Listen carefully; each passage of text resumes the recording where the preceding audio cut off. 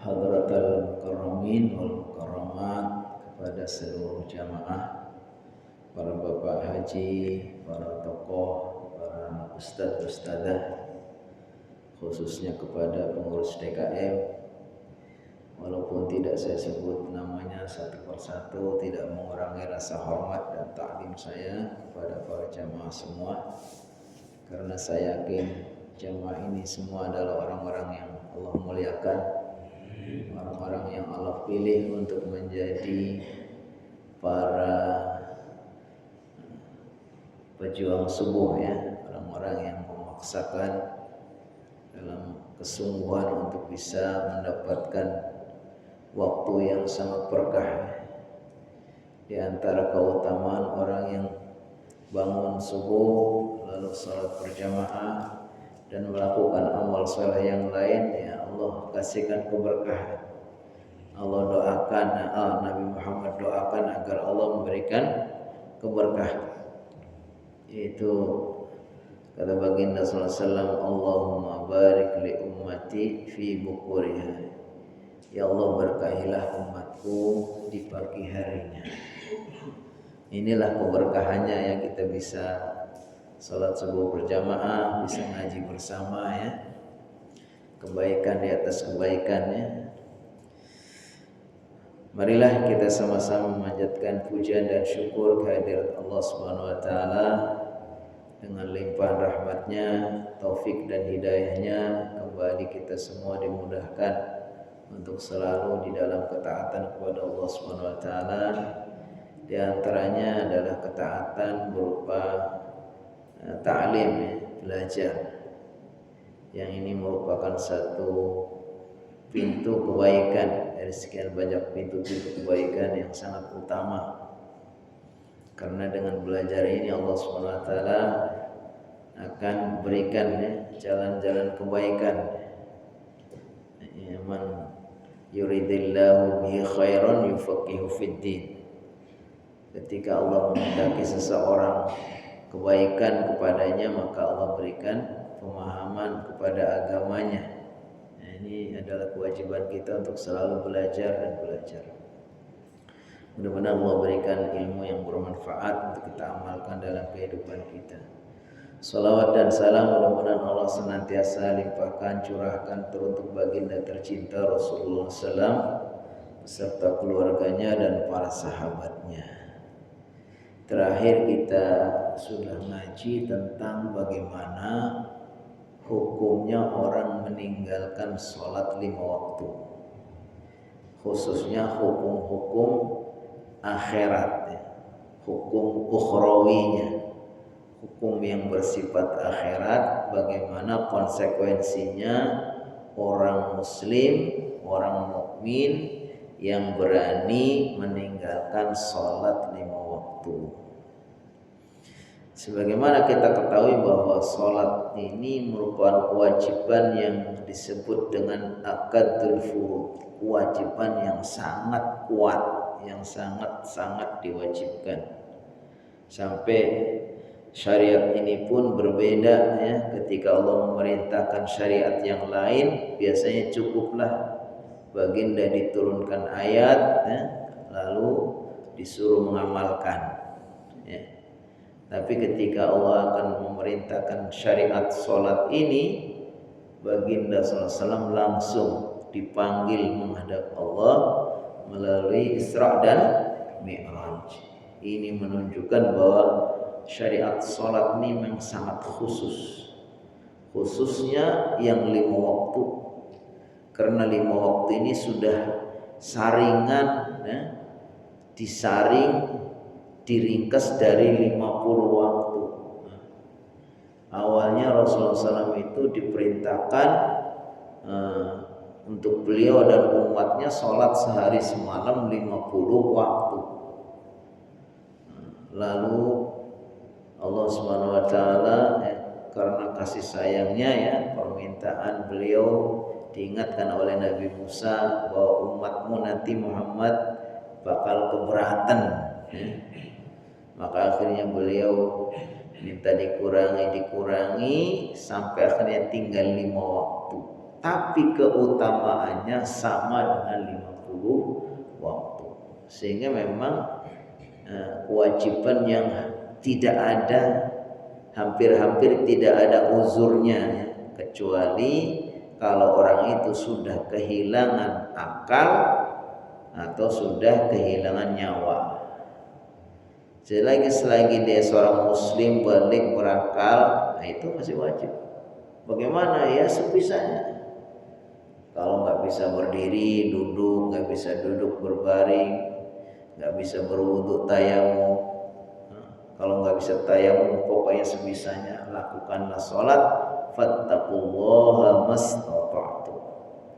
Bertakwalah kalian kepada Allah semaksimal yang kamu bisa. Nah, kita sudah kaji ringkasannya. Kalau hukum ukhrawinya itu orang yang meninggalkan sholat itu dibagi dua. Ada yang orang meninggalkan sholat secara sombong, yakni tarikus sholat jahidan. Orang meninggalkan sholat tapi memang nggak mau sholat. Saya nggak mau itu, nggak ada itu sholat-sholatan apa, nggak merasa bahwa itu ada perlu sholat, nggak ada dia itu merasa berkewajiban sholat, pokoknya nggak mau saja. Orang yang seperti ini sudah jelas-jelas dia sudah dianggap sebagai orang yang kafir, kharijun minal millah, keluar dari Islam. Kenapa? Karena dia memang sudah menentang, menyombongkan diri terhadap syariat kewajibannya sholat. Salah satu kewajiban yang sangat dikuatkan ini dia tentang, nggak diakui orang, nggak ada gunanya sholat apa. Saya nggak mengakui bahwa sholat itu wajib, sehingga dia nggak mau sholat. Kalau yang seperti ini sudah tidak ada ikhtilaf antara para ulama bahwa ia atau dia sudah dianggap orang yang keluar dari agama Islam. Kenapa? Ya dalilnya sangat kuat. Al-ahdul ladzi bainana wa bainahum as-shalah faman tarakaha faqad kafar. Ya perjanjian atau bukti ya dokumen perjanjian antara aku dengan mereka ya sholat. Kalau siapapun yang ngaku muslim, mana buktinya ya sholat. Maka kalau dia sudah nggak mau sholat, faqad kafar, maka dia berarti sudah kafir. Kemudian hukum ukhrawi yang kedua, hukum akhirat yang kedua, kalau dia itu nggak sholatnya itu tidak menyombongkan diri, dia hanya ya karena alasannya malas ataupun apa gitu, intinya dia nggak sholat, tapi dia sadar saya orang muslim, saya sudah balik, sudah berakal, akalnya waras, sehat, saya harusnya sholat, tapi nggak sholat. Kalau yang seperti ini hukumnya beda, karena walaupun dia nggak sholat tapi masih minimal ada perasaan saya kan harusnya sholat, saya tahu saya bersalah. Makanya orang ini menurut para ulama tidak dihukumi kafir, belum dianggap keluar dari Islam. Tapi bagaimana? Dia dianggap sebagai orang fasik asin, orang yang fasik dan durhaka. Nah, kalau yang fasik dan durhaka ini ya belum kafir, tapi itu dosanya sudah dosa besar banget, disebutkan oleh para ulama, bahkan dosanya itu melebihi dosa makan riba, dosa berzina, dosanya karena dosa bohong ya itu disebut akbarul kabair, dosanya paling besar, paling besarnya dosa-dosa besar. Walaupun dalam masyarakat ini, di masyarakat prakteknya banyak orang yang ngaku muslim, KTP-nya juga jelas-jelas Islam, kakek moyang dulunya juga keturunan Islam, tapi banyak nggak sholat. Bahkan di survei itu terakhir yang di survei itu ada yang mengatakan 38% saja dari umat Islam itu yang sholat. Berarti yang 62%-nya ini pada nggak sholat, tapi muslim. Ini yang kategori, berarti kategori apa? Fasik tadi, fasik dan durhaka. Nah, sekarang kita akan bahas hukum keduniaannya. Bagaimana sih seharusnya kita memperlakukan orang tadi? Orang yang betul-betul kafir karena dia menentang akan kewajiban sholat dan dia nggak mau sholat, sama orang-orang yang durhaka karena dia memang walaupun ngaku bahwa dia itu kewajiban atau dia harusnya sholat tapi dia nggak sholat. Nah, ini namanya orang fasik. Namun sebelumnya kita jelaskan juga apa yang dimaksud orang yang sudah dianggap meninggalkan sholat. Ini dibahas bahwa meninggalkan sholat yang dimaksud di sini adalah memang benar-benar dia tidak sholat. Beda kalau dengan disebut dengan tidak menjaga sholat dengan disiplin. Di sini ada tarikus sholat al-mahkum bi kufri, orang yang meninggalkan sholat yang dihukumi sudah kafir atau dihukumi sebagai orang fasik itu adalah man kana musirran ala tarkiha wa la yusalli qattu, yaitu orang yang terus-menerus meninggalkannya dan tidak sama sekali sholat, tidak sholat sama sekali. Ma'di'aihi al-iman bi annaha wajibah, sedangkan dia mengakui bahwa sholat itu baginya wajib. Ini orang fasik tadi, dia memang nggak sholat sama sekali, tapi dia tahu bahwa sholat itu wajib. Amma aktsarun nas alladzina yusalluna taratan wa yatrukunaha taratan fahaula'i ghairu muhafizina 'alaiha. Adapun orang-orang yang kadang-kadang sholat, kadang-kadang meninggalkannya, maka mereka bukan disebut sebagai orang yang meninggalkan sholat, tapi orang yang tidak menjaga sholatnya. Wahum tahtal wa'idi, mereka itu memang di bawah ancaman yang sangat keras. Khawatir nanti pas lagi bolong nggak sholat, datang maut, dia sudah ya, takutnya su'ul khotimah, ya kan? La yuhkamu bi kufrihi, mereka memang di bawah ancaman yang sangat keras, tapi tidak dihukumi orang kafir, hanya dihukumi orang yang tidak menjaga sholatnya. Berarti kalau dia meninggal ya masih seperti yang lain, masih disolatkan sama kita, masih dikuburkan, ya kan? Kenapa? Karena dia hanya tidak menjaga. Walaupun orang ini memang sangat dikhawatirkan karena dia ada di bawah ancaman Allah yang sangat keras.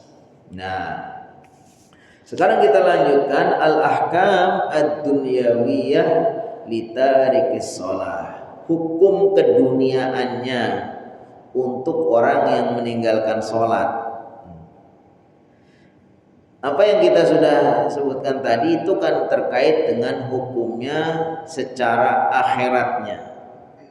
Dia sudah kafir kalau memang dia itu menentang dan menyombongkan diri, tidak mengakui kewajiban sholat, atau dia sudah fasik ya, kalau dia tidak sholat sama sekali sedangkan dia ngaku bahwa sebetulnya sholat itu wajib baginya. Nah, sedangkan hukum dunianya bagaimana? Untuk orang-orang yang dianggap sudah durhaka tadi, kalau ada orang ngaku bahwa dia itu muslim dan dia sadar bahwa punya kewajiban sholat tapi dia tidak mau sholat, ini yang durhaka tadi, orang asli itu. Bagaimana hukum keduniaannya? Ini ada dua. Yang pertama, annahu yuqtalu haddan. Orang seperti ini dia ngaku muslim, enggak mau sholat, tapi dia sadar bahwa itu sebetulnya wajib. Di sini disebutkan yuqtalu haddan, orang ini dibunuh. Jadi begitu kerasnya. Andai kita ini ada di sebuah pemerintahan yang Islam, seluruh perangkatnya ya itu Islam, ya negaranya memang mendukung, sistem pemerintahnya Islam, pemimpinannya juga Islam. Ya kan, kalau kita sekarang kan ribet karena kita di satu sisi kita menjalankan syariat Islam tapi ada di sebuah pemerintahan yang tidak Islam, dalam artian pemerintahan demokrasi atau pemerintahan, mungkin ada negara lain ada pemerintahan kerajaan atau pemerintahan apa gitu. Ini yang dibahas, andai itu memang perangkat yang lain itu semuanya mendukung, dari pemerintahannya, dari pemimpinnya, dari aturannya memang syariat Islam, ini harusnya orang itu gimana? Dibunuh. Fa'indal malikiyah wa syafi'iyah yudhalabu biada'is salah idha dhaqal waqtu. Menurut pendapat madhab Malikiyah dan Syafi'iyah, orang ini diminta untuk sholat ketika datang waktunya. Jadi ditekan karena ya pemimpinnya adalah pemimpin Islam, di bawah pemerintahan Islam semua itu. Itulah menunjukkan bahwa sebetulnya tugas utama pemimpin dalam sebuah pemerintahan itu diantaranya menjaga agama.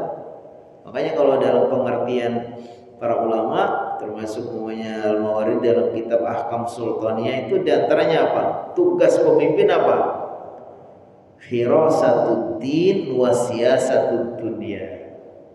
Istilahnya khirasatuddin, menjaga agama, wa siyasatud dunya, dan siasat dunia, mengurus dunia. Siasat dengan politik, mengurus. Itu tugas utama. Makanya kalau kita lihat di sini pendapat Imam Malikiyah atau kalangan Malikiyah dan Syafi'iyah, orang ini dituntut atau dipaksa untuk sholat. Wa yatawa'ada bil qatli in akhraja 'anil waqti, dan dia nanti diancam kalau kamu enggak sholat sampai keluar waktu, saya bunuh kamu, sampai seperti itu. Fa in akhara hatta kharajal waqt, kalau dia betul-betul berani dia meninggalkan sholat sampai waktunya keluar atau waktunya habis, istaujabal qaum, maka dia dibunuh. Wala yuqtalu hatta yustataba fiha, tapi nanti ditunggu dulu, kasih suruh tobat dulu, enggak langsung, ya kan. Tapi kalau udah disuruh tobat masih juga, waqila yumahhalu salasata ayyam. Ada yang mengatakan pendapat dikasih tempo 3 hari. 3 hari dia masih benar-benar enggak mau sholatnya, itu baru. Kemudian menurut pendapat kalangan madhab Imam Hambali, yud'a wa yuqal, dipanggil dia itu kemudian dikatakan kepadanya sholli wa illa qatalna, salat dong, kalau enggak saya bunuh. Fa in shalla, kalau dia salat maka ya udah enggak jadi bunuh. Wa illa wajaba qatluhu, kalau dia enggak mau salat maka dibunuh. Wala yuqtalu hatta yuhbasa halathan, menurut pendapat Imam Hambali dan para imam madhab Hambali juga ditahan dulu, dipenjara dulu selama 3 hari. Setiap hari disuruh untuk sholat selama 3 hari. Kalau sampai ditunggu 3 hari disuruh setiap waktunya dia tetap saja enggak mau, qutila haddan, maka dibunuh.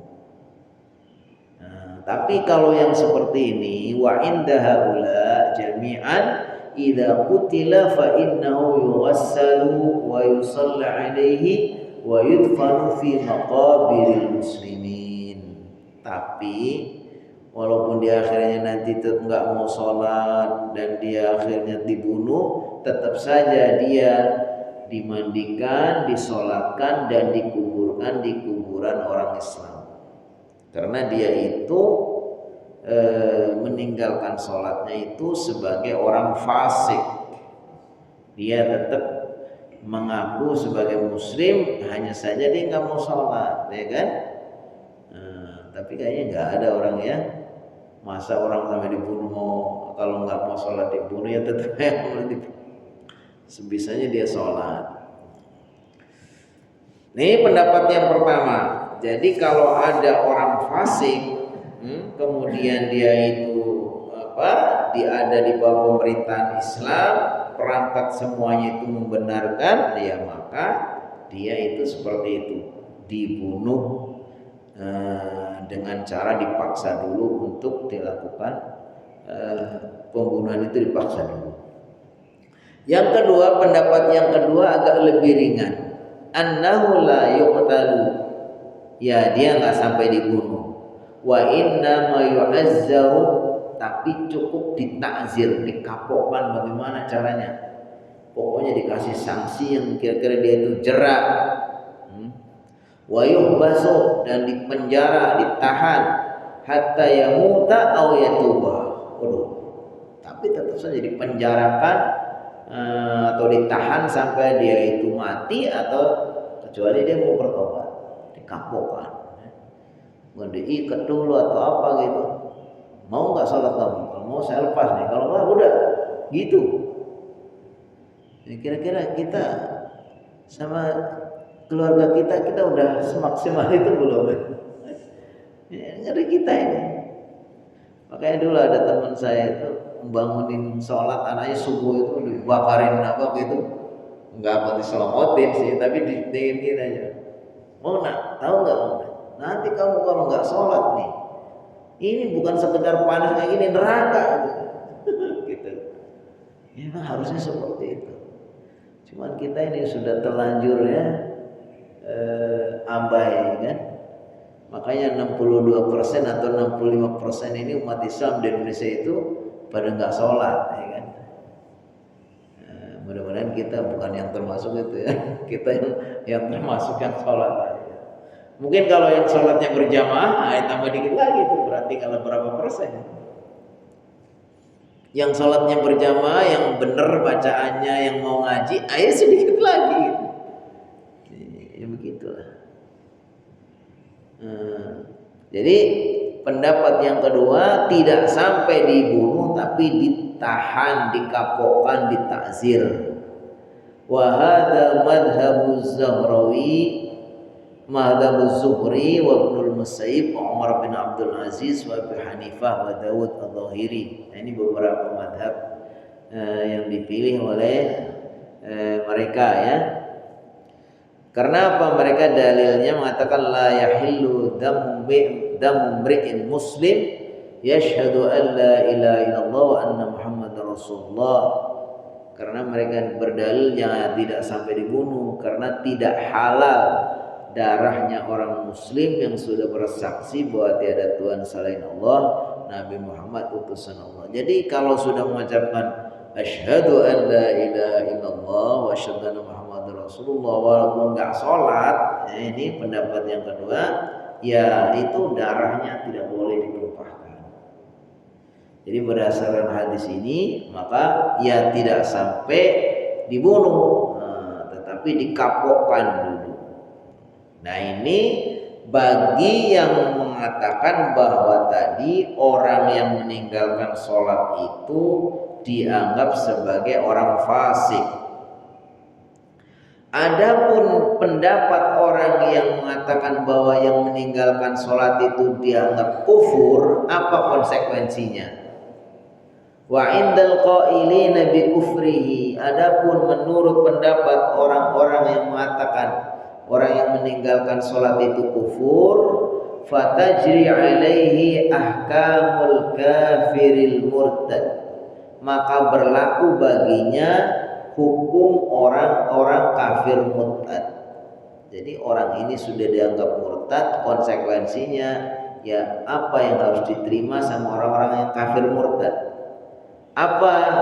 Pertama, suqutu wilayatihi, fala yatawalla ma yushtaratu fihi alwilayah, fala yuzawwiju ahadan min banatihi, wa la yuwalli 'alal qasirina min auladihi wa nahwihi.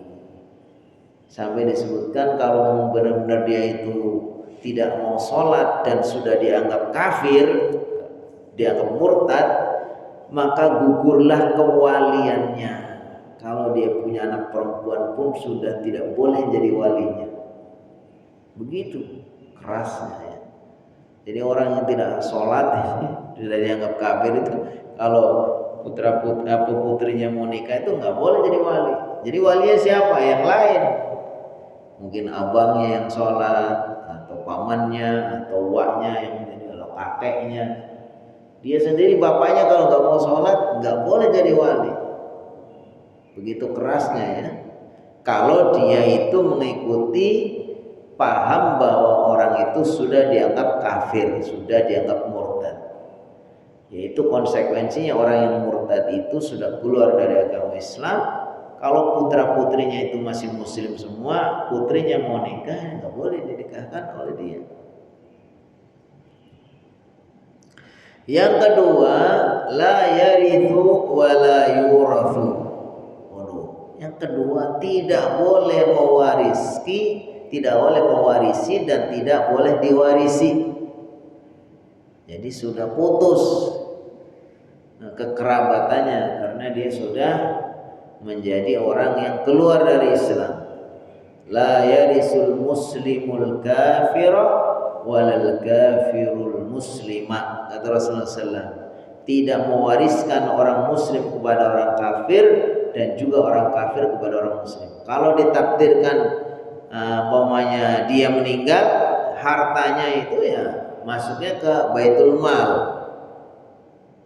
harta dia, karena dia udah kafir gitu. Atau kalau dia itu harusnya dapat warisan, ada kerabatnya yang meninggal, istrinya meninggal umpamanya, dia nggak boleh itu ngambil. Sampai seperti itu hukumnya. Karena dasarnya apa tadi? Rasulullah SAW mengatakan, la yarisul muslimal kafira walal kafirul muslima. Orang muslim nggak boleh mewariskan kepada orang kafir, orang kafir nggak boleh mewariskan muslim. Karena kekerabatannya itu sudah putus. Kerabatan dalam artian kekerabatan bukan darahnya, tetapi hukum, kekerabatan hukumnya. Kalau hukum darahnya tetap saja kerabat ini adalah karena hubungan darah yang tidak bisa dinafikan ya. Memang dia kerabat secara gennya, memang keturunan ya kan. Tapi dari sisi hukum mewariskan ini kalau hukum waris itu putus gara-gara akidahnya berbeda.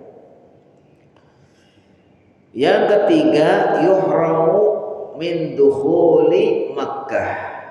Tidak dibolehkan masuk Mekah, karena Mekah itu tanah haram, ya kan? Haram Mekah, nggak boleh masuk ke tanah haram, karena dia dianggap orang kafir. Orang kafir itu nggak boleh masuk ke tanah haram, nggak boleh.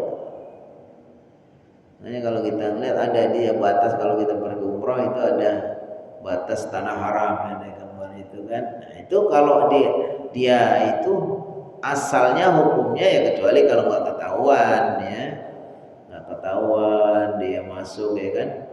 Dulu ada Senopor Goronjo itu di zaman dulu kan, dia orang orientalis, dia pura-pura masuk Islam, belajar Islam tiap hari di masjid ya, padahal dia masih kafir ya. Itu kan nggak ketahuan. Tapi hukum asalnya ya nggak boleh orang kafir itu masuk ke tanah haram. Yang keempat, tuhramu dzabihatuhu bi khilafil muslim wal kitabi. Waduh, diharamkan sembelihannya beda dengan orang muslim ataupun orang ahli kitab. Jadi lebih parah dari orang ahli kitab kalau di sini. Kalau orang ahli kitab, orang Yahudi dan Nasrani yang diyakini mereka masih berpegang teguh kepada kitab Taurat dan Injil, itu dibolehkan itu kita makan sembelihannya gitu. Sampai seperti itu kejamnya kan. Tapi kalau dia itu murtad, dulunya muslim kemudian dia keluar dari Islam ya, itu sampai sembelihannya pun tidak boleh. Berarti disamakan dengan sembelihannya orang kafir yang bukan ahli kitab, termasuk orang musyrik, orang majusi, orang-orang yang penyembah berhala yang lain dan seterusnya, itu dianggap enggak sah sembelihannya. Tapi kalau ahli kitab itu dianggap sah sembelihannya.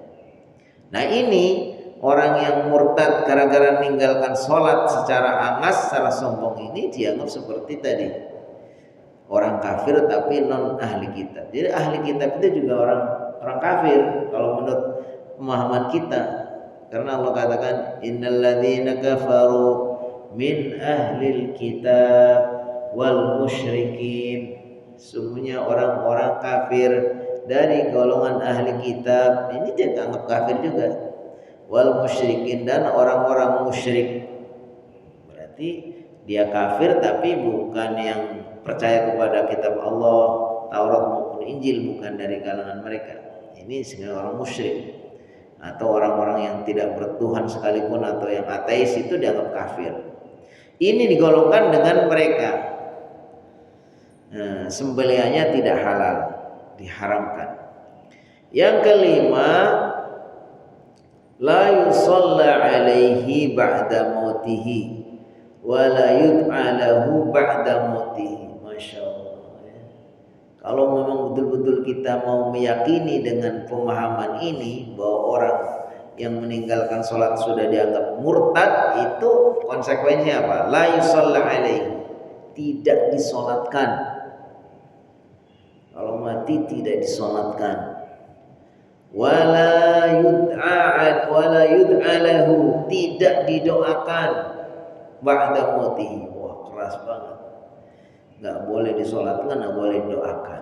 Karena orang kafir kan, dianggapnya udah kafir ya kan. Nah, ya kita tidak boleh mendoakan orang kafir memang. Orang kafir yang masih hidup maupun yang mati. Kalau yang masih hidup kita doakannya semoga Allah berikan hidayah gitu kan. Nah, kalau yang sudah mati pun ternyata di sini tidak boleh. Nah, tapi kan kalau kita meyakini bahwa mereka adalah sudah kafir. Nah, tapi kalau kita tadi meyakini bahwa ini nggak sampai kafir, dia hanya fasik saja, ya tetap masih dimandikan, disolatkan, dikuburkan di kuburan umat muslim dan boleh didoakan. Yang ini kalau yang keras banget ini, kalau yang menganggap bahwa orang yang tidak sholat ini sudah dianggap keluar dari Islam, sudah dianggap murtad, maka tidak boleh disolatkan, tidak boleh didoakan. Yang keenam, tahrimu zawajihi bil muslimat li'annahu kafirun, sampai diharamkan juga menikahi orang-orang wanita muslimat. Kalau ahli kitab, kalau kita yang laki-lakinya orang muslim menikah dengan ahli kitab orang kafir masih dibenarkan. Ini sampai kalau mamanya ada orang laki-laki yang tidak sholat ya kan, apalagi kita yakin dia sudah kafir murtad, ya kita jangan nikahkan. Apalagi kalau putri kita umpamanya. Tapi ya, begitu mudahnya zaman sekarang, nggak pernah ditanyakan itu calon mantu sholat atau enggak umpamanya kan. Kecuali orang-orang tertentu ya, kalau kita kan insya Allah lah kita tanyakan. Kalau perlu kita cari mantu, kita cari ketemunya di masjid lagi sholat subuh, itu berarti soleh nih kan. Kalau dia udah biasa rutin subuh berjamaah, ada pasti dia sholatnya bagus ya kan. Ini sampai disebutkan nggak boleh dia itu menikahi wanita muslimah kalau orang laki-laki yang tidak sholat, apalagi sudah dianggap kafir tadi. Wal kafiratu kadzalika yuhramu 'ala rajulil muslim nikah. Sebagaimana juga kalau dia itu seorang wanita, kalau yang meninggalkan sholatnya itu orang wanita juga nggak boleh ya kan. Kalau orang laki-laki juga nggak boleh dengan anak-anak kita yang muslimah, Kalau dia itu orang wanita, ya dia nggak boleh menikah dengan anak-anak kita yang muslim. Yuhramu ala ar-rajulil muslim, tidak boleh atau diharamkan bagi orang laki-laki yang muslim nikahnya. Wa idartadda ahadu zawjaini, wa idartadda ahadu zawjaini in fasakha al-aqdu indal a'immatil arba'ah. Sampai begitu kerasnya kalau mamanya ada sepasang suami istri, kemudian salah satu atau ada yang murtad, itu hukumnya batal nikahnya. Wa ammal imam, adapun yang menjadi imam, maksudnya di sini imam pemimpin di suatu negara atau suatu pemerintahan kekuasaan tadi yang punya otoritas dan memang perangkatnya itu mendukung ya. Jadi kita bicara konsep teorinya seperti itu, tapi dalam prakteknya memang kalau di Indonesia ya nggak mungkin lah ya. Kita di Indonesia kalau mau kita menerapkan seperti ini, ya kita akan bertentangan dengan hukum positif ya. Karena negara kita itu tidak sepenuhnya mengikuti syariat. Kita boleh kita menjalankan syariat, menjalankan agama sesuai dengan keyakinan masing-masing. Tapi kan itu tidak semua ya, tidak semua mendukung di sini. Kalau di sini digambarkan ideal sekali sebagai sebuah pemerintahan Islam, hukum-hukum aturannya juga aturan Islam, pemimpinnya juga terpilih atau secara Islam gitu kan. Kalau kita kan terpilih secara demokrasi. Juga ada hukum-hukum yang mungkin tidak sepenuhnya bisa diterapkan. Wa ammal imam, adapun seorang pemimpin, fayad mutarikas shalah, maka dialah memanggil orang yang meninggalkan sholat, wa yaqulu lahu, lalu dikatakan kepadanya. Ini kalau di pemimpin pemerintahan Islam, pemimpinnya Islam, terapkan syariat, itu harusnya pemimpin itu memanggil kepada orang yang meninggalkan sholat, lalu dia mengatakan kepadanya, sholli, sholatlah kamu, wa illa qatalnak, kalau enggak saya bunuh kamu, kan begitu. Kayaknya nggak ada orang nggak sholat kayak gini kan. Kalau mau sekarang diterapkan ya, terapkan syariah. Ada, kalau di Aceh juga ada polisi syariat itu, walaupun tugasnya sangat terbatas, paling yang kalau ada orang dua-duaan nggak boleh, ada orang nggak pakai buku tutup aurat nggak boleh ya gitu kan. Tempat-tempat ini ada polisi syariat, tapi udah bagus lumayan ya. Kalau kita ada lebih tingkat lagi, itu bisa nggak kayak gitu? Bisa. Kalau kita ini pemerintahannya itu didukung sama wakil-wakil yang memang setuju seperti itu, ya, wakil-wakil kita ini pilih orang baik-baik semua yang kepengen supaya syariat ini lebih mantap, itu maksiat-maksiat berantas. Nah, insya Allah. Tapi kalau pemerintahnya juga malah enggak, ya nggak bisa.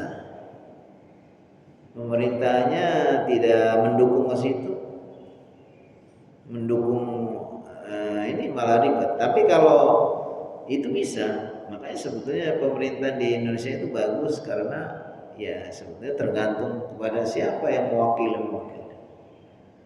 Persoalan kita untuk mencari wakil yang bagus itu susah. Yang kita dapatkan wakil yang punya duit ya. Karena untuk menjadi anggota DPR saja udah harus ngeluarin sekian banyak gitu ya kan. Untuk mendapat jabatan ya juga seperti itu. Jadi akhirnya tidak terpilih orang-orang yang benar, tapi terpilih orang-orang yang keblinger semua. Yang bisa nyari duit dengan cara nanti setelah jadi anggota DPR, setelah jadi wakil apa yang dia pikirin bagaimana ini modalnya segera kembali, makanya nggak akan bisa bagus gitu. Tapi itu juga masih mending. Kita nggak boleh, katakan dalam kaidah usul itu, ma la yudraku kulluhu la yudraku kulluhu. Sesuatu yang tidak bisa dicapai secara maksimal bukan berarti kita udah nggak usah. Jadi Bukan berarti kalau nggak akan bagus pemerintah udah kita nggak usah ikut-ikut, nggak juga. Justru kalau itu malah hancur sekali. Kalau nggak ada orang upaya-upaya, ya walaupun dari 500 anggota DPR nggak ada sekian orang yang agak mendingan, itu malah berbahaya sekali.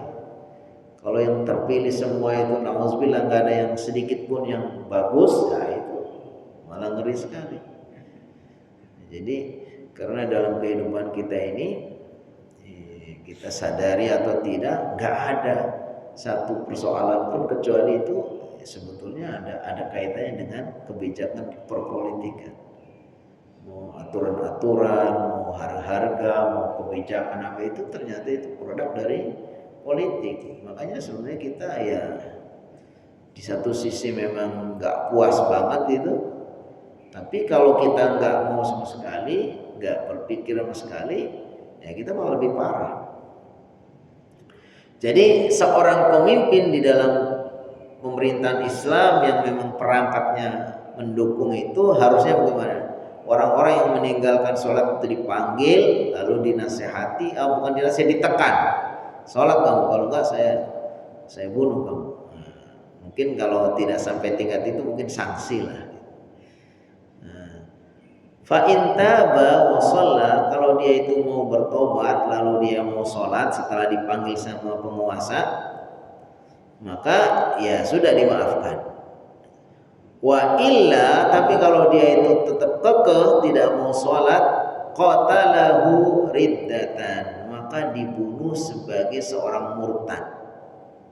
Jadi orang murtad itu hukum asalnya memang itu dibunuh, karena dia itu dulunya muslim, dulunya tahu bagaimana dia bersama orang Islam, rahasia Ramadan semua ada dia, kemudian tiba-tiba dia itu menyeberang keluar.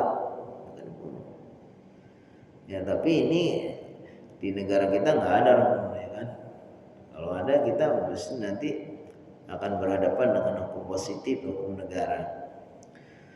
Laisa dzalika li ahadin min 'ammatin nas wa innama lil hakimi faqat falyantabih. Yang seperti ini punya wewenang otoritas untuk memanggil ini hanya seorang pemimpin. Memang orang yang pemimpin yang punya kapasitas itu, punya wewenang itu. Tidak semua orang atau tidak kepada umumnya orang. Waktu itu pernah ada permasalahan itu zaman beberapa tahun yang lalu, saya masih agak ingat. Ada satu jamaah, kelompok jamaah mereka, kemudian dia merasa dia pernah melakukan perbuatan zina atau apa gitu, lalu dia menghadap kepada pemimpinnya minta dirajam, minta dikasih ditegakkan rajam kepadanya karena dia melakukan zina. Lalu dilakukanlah sama komunitas itu di bawah kepemimpinan dia. Wah, itu bermasalah karena dia itu menerapkan hukum di dalam sebuah hukum, kayak semacam pemerintahan di bawah pemerintahan ada pemerintahan tersendiri gitu. Walaupun mereka punya alasan, kan memang undang-undang kita menjamin bahwa setiap warga negara kita itu berhak untuk menjalankan syariatnya sesuai dengan agamanya masing-masing. Dia merasa seperti itu, tapi akhirnya ujung-ujungnya persoalan kalau nggak salah sampai terpenjara juga, sampai dipenjara orangnya. Nah ini artinya kita memang ya dalam menerapkan syariat itu apa? Fattaqullaha mastata'tum. Bertakwalah kepada Allah semaksimal yang bisa. Ya, kalau memang tidak memungkinkan seperti ini, ya mungkin dengan cara lain. Seorang penguasa punya cara ya, dengan buat aturan supaya kalau memang dia muslim ya, harus sholat, atau dengan cara beri sanksi yang tidak sholat, yang tidak sholat dapat hadiah gitu kan, ya bisa aja. Itu intinya bagaimana syariat sholat ini suatu syariat yang sangat kuat, yang harusnya orang muslim itu ketika dia masih berakal maka sholatlah sebisanya, nggak ada alasan untuk meninggalkan sholat. Wallahu a'lam bishawab. Ini mungkin apa yang kita pelajari Insya Allah nanti kita akan lanjutkan kajian berikutnya masih terkait dengan waktu-waktu sholat, insya Allah pada pertemuan berikutnya.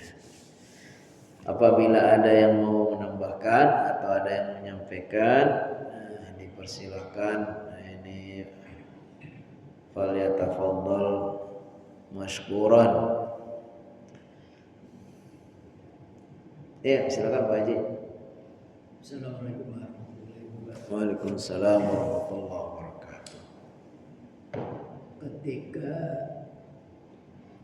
seorang imam sedang memimpin sholat Isya,